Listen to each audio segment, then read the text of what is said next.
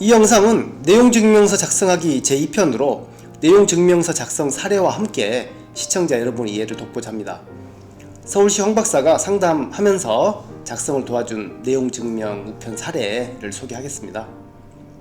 임차인 A는 임대차 만료일을 약 2개월 앞두고 점포를 인수할 신규 임차인과 권리금 계약을 체결했고요. 임차인 A는 임대인에게 점포 양도 계획을 알리고 신규 임차인과 임대차 계약 체결해 주십시오 라고 요청을 했습니다. 그런데 임대인은 막무가내로 내 건물에서 권리금 인정할 수 없어 라고 하면서 신규 임차인과의 임대차 계약을 거절했습니다. 상가건물 임대차 보호법을 보면 임대인은 정당한 사유 없이 임차인의 권리금 회수 기회를 방해할 수 없고요. 임대인의 방해로 임차인이 권리금 회수하지 못하게 된다면 임차인은 임대인에게 손해배상을 청구할 수 있습니다. 이에 임차인 A는 임대인이 정당한 사유 없이 권리금 회수 기회를 방해했다라는 사실을 확인하기 위해 내용증명 우편을 작성했습니다. 여기서 핵심 내용은 임대인에게 신규 임차인을 추선했다는 사실, 그리고 임대인이 정당한 사유 없이 신규 임대차 계약을 거절했다라는 사실입니다. 여기서 작성한 내용증명서를 함께 보면서 자세히 설명하겠습니다. 타이틀은 내용증명이라고 명명했고요. 물론 통고서라고 해도 좋고 본문의 주요 내용과 같이 신규 임대차 계약 체결 요청서라고 해도 좋습니다. 본문 내용은 크게 당사자 현황, 임차 목적물 표시, 본문, 그리고 작성 일자, 발신 날인 등으로 구성을 하고요. 당사자 현황에서 수신인을 앞에 발신인을 뒤에 두어서 당사자를 특정하고 수신인을 명확하게 했고요. 일반적으로 임대인과 임차인의 이름과 주소를 명기합니다. 수신인의 주소가 불분명할 때는 전화번호 또는 주민등록번호를 명기하는 것이 좋고요. 다만 본문 내용이 당사자 인적사항을 포함한 계약 내용을 구체적으로 표시하면 이름만 명기해도 무방합니다.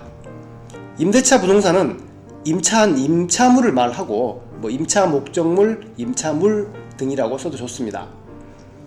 임대차 부동산이 건축물 대장상 층이나 호수로 구분되면, 즉 2층 201호, 1층 101호 등과 같이 구체적으로 명기해야 하고요. 내용증명 우편의 본문을 보겠습니다. 상가건물 임대차 보호법상 임차인은 임대차 기간이 끝나기 6개월 전부터 임대차 만료일까지 그 사이에, 즉 6개월 사이에 신규 임차인을 추선해야 법의 보호를 받기 때문에 계약 만료일 3월 15일, 즉 그리고 신규 임대차 계약 요청일 2월 6일을 구체적으로 명기했습니다. 또한 임대인이 정당한 사유 없이 임차인의 권리금 회수를 방해하면 그에 따른 손해배상을 청구할 수 있기 때문에 임대인이 이러한 행위를 했다는 사실을 확인하기 위해서 임대인이 이 점포에서 권리금 거래를 허용할 수 없다라고 말하면서 신규 계약 체결 요청을 거절한 내용을 명기했고요.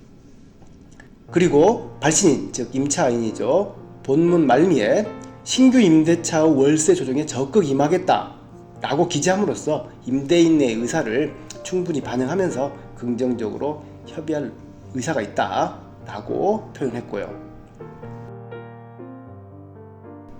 화면에 보이는 요구서는 계약갱신에 관한 내용증명 우편 작성 사례입니다. 타이틀인 계약갱신 요구서는 앞서 소개한 내용증명과 같이 마찬가지로 통고서 또는 내용증명이라고 해도 좋고요.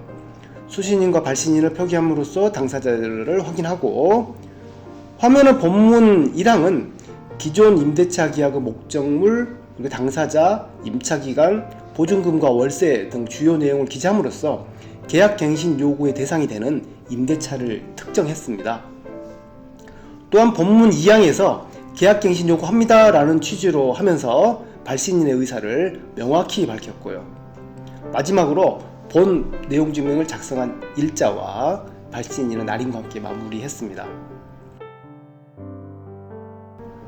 화면에 보이는 내용증명 우편은 임차물이 포함된 상가 건물의 매수인, 즉 신규 임대인인데 그 매수인이 임차인에게 계약 해지를 통보한 후에 임차인이 임대차 계약을 갱신하겠다라는 취지로 다시 답변서를 적어서 보낸 내용입니다.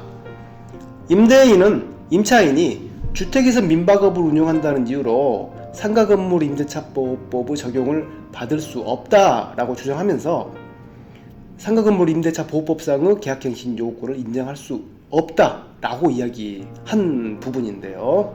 하지만 임차인은 해당 임차 목적물에서 사업자 등록증을 갖췄고 영리 목적으로 활동하기 때문에 상가건물 임대차 보호법 및 판례에 따라서 법 적용 대상임을 분명히 했습니다. 지금 보이는 내용증명 우편은 임대인이 작성한 임대료 증액 청구서입니다. 이 내용증명서에서도 계약 당사자 현황과 임대차 계약 내용을 명기한 후에 그리고 본문 내용으로 임대료 인상 요구에 대해서 서술했습니다. 임대인은 임대료 인상에 관한 사정을 설명하고 상가건물 임대차 보호법의 상한요일 5% 이내에서 인상을 요청하고 양해를 구했습니다.